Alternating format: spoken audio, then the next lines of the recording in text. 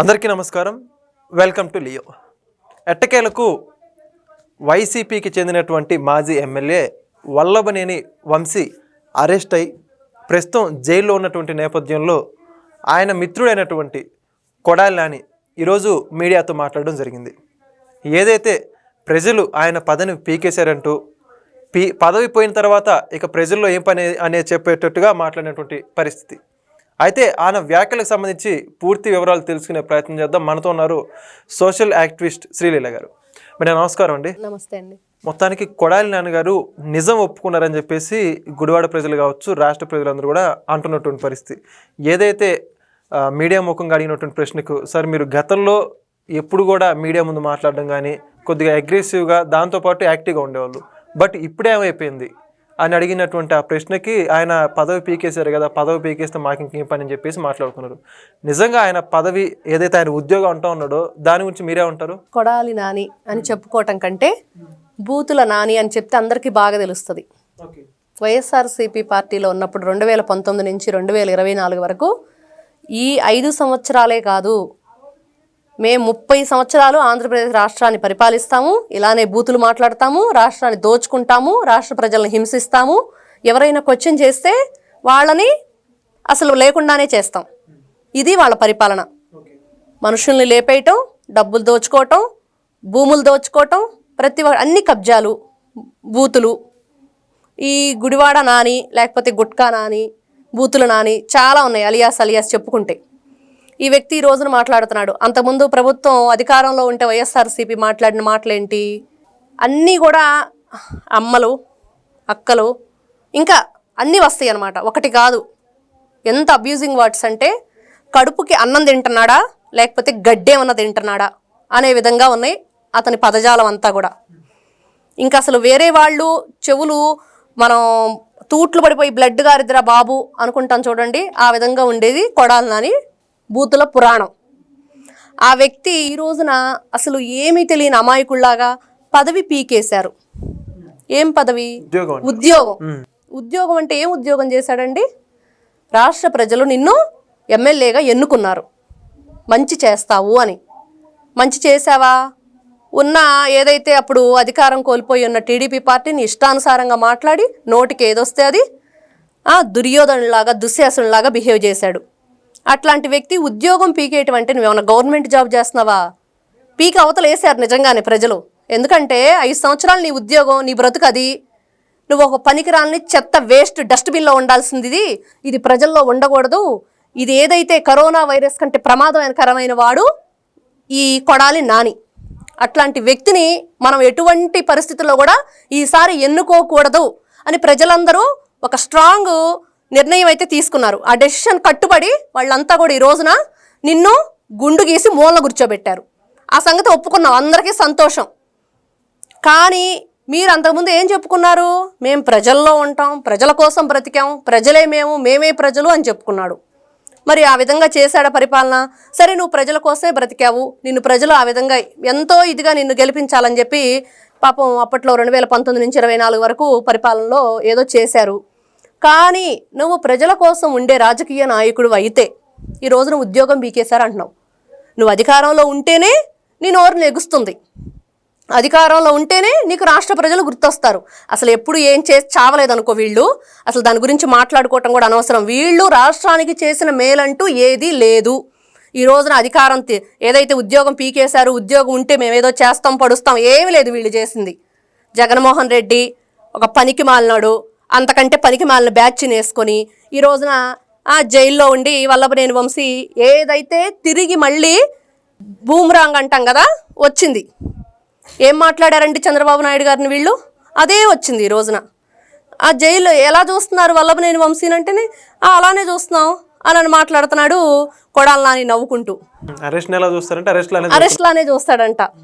ఇంకా అది వాళ్ళిద్దరూ మంచి స్నేహితులు. అరెస్ట్ని ఎలా చూస్తారని ఆవిడెవరో పాపం యాంకర్ అడిగినట్లుంది. ఎలా చూస్తాం? అరెస్ట్ లానే చూస్తాము, ఖచ్చితంగా అరెస్ట్ లానే. నెక్స్ట్ నువ్వే టార్గెట్. ఎందుకంటే ఇప్పుడు నిజంగా భయపడే నువ్వు మాట్లాడట్లేదు.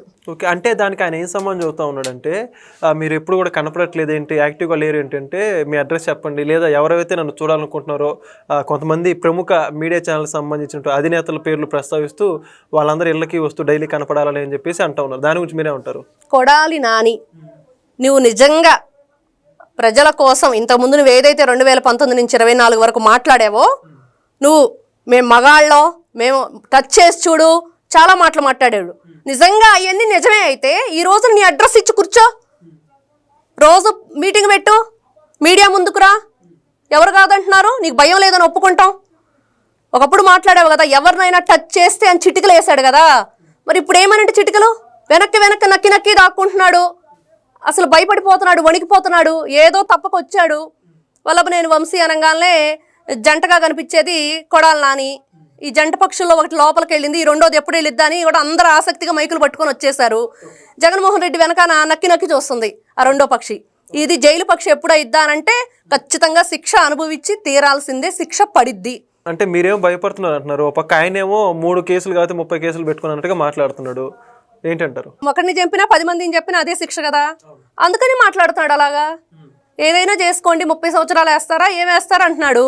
కాబట్టి అతనికి వాళ్ళు తప్పు చేశారు, బరిదెగించారు. చెప్పాలంటే 2019 నుంచి 24 వరకు మాట్లాడిన విధానం కానివ్వండి, భాష, సన్నబియ్యం ఇస్తానని ఎవరు చెప్పారు అంటే ఇప్పుడు అతను అన్నమాట ఎవడు చెప్పాడు అని ఒక పదం యూజ్ చేశాడు, అది జగన్మోహన్ రెడ్డికే వర్తించిద్ది.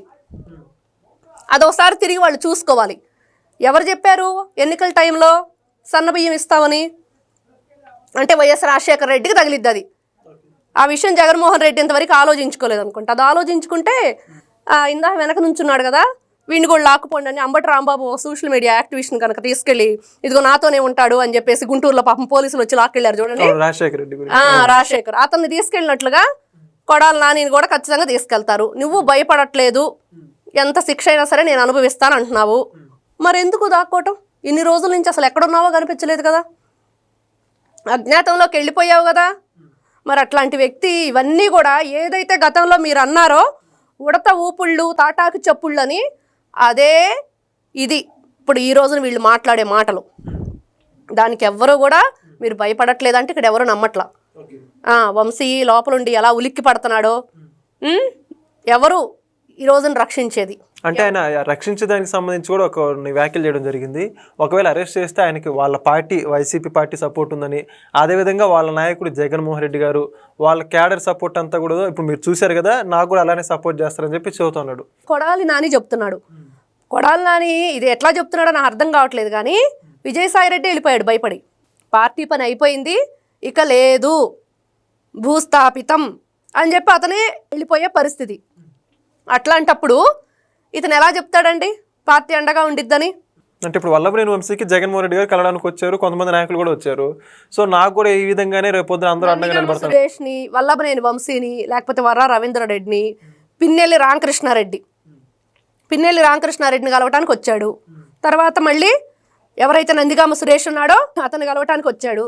ఇప్పుడు వల్లభనేని వంశీని కలవటానికి వచ్చాడు. ముఖ్యంగా ఈ జైల్లో బెయిల్ మీద ఉన్న ఈ జైలు ఖైదీ ఎవరైతే ఉన్నాడో జగన్మోహన్ రెడ్డి, జైల్లో ఉన్న ఖైదీలు మాత్రమే కలవటానికి వస్తాడు. ఒక ఖైదీ ఇంకో ఖైదీని కలవటానికి వెళతాడు. ఇది సెలబ్రేషన్స్ అనమాట వాళ్ళకి. ఇతను ఏంటంటే మొన్న చెప్పాడు ప్రెస్ మీట్లో గుంటూరులో, నా స్టోరీని గుర్తు చేసుకోండి, నేను 16 నెలలు జైల్లో ఉండొచ్చాను, ఎలా ఫుడ్ పెడతారు, ఎలా బెడ్ ఇస్తారు, ఎలా ట్రీట్ చేస్తారు, ఇవన్నీ కూడా నేను 16 నెలలు చక్కగా అక్కడ ఎక్స్పీరియన్స్ ఉంది, అవన్నీ నేను ఫేస్ చేసి వచ్చాను. మేము వచ్చి నేను ములాఖతులో నేను పలకరించినప్పుడల్లా కూడా ఇవన్నీ మీకు చెప్తూ ఉంటాను, మీరు భయపడకండి. అది జగన్మోహన్ రెడ్డి ఇచ్చే హామీ ఏంటయ్యా అంటే, నేను ఆల్రెడీ జైలుకి వెళ్ళొచ్చాను, ఏముండదు, 16 నెలలు వాళ్ళు ఏం పెడితే తిని చక్కగా ఉంటే హ్యాపీ, లేదంటే తోలు తీసి ఎండేస్తారు అని చెప్పి అదొక్కటి చెప్పడానికి మాత్రం వస్తున్నాడు. Okay, thank you madam. నమస్తే.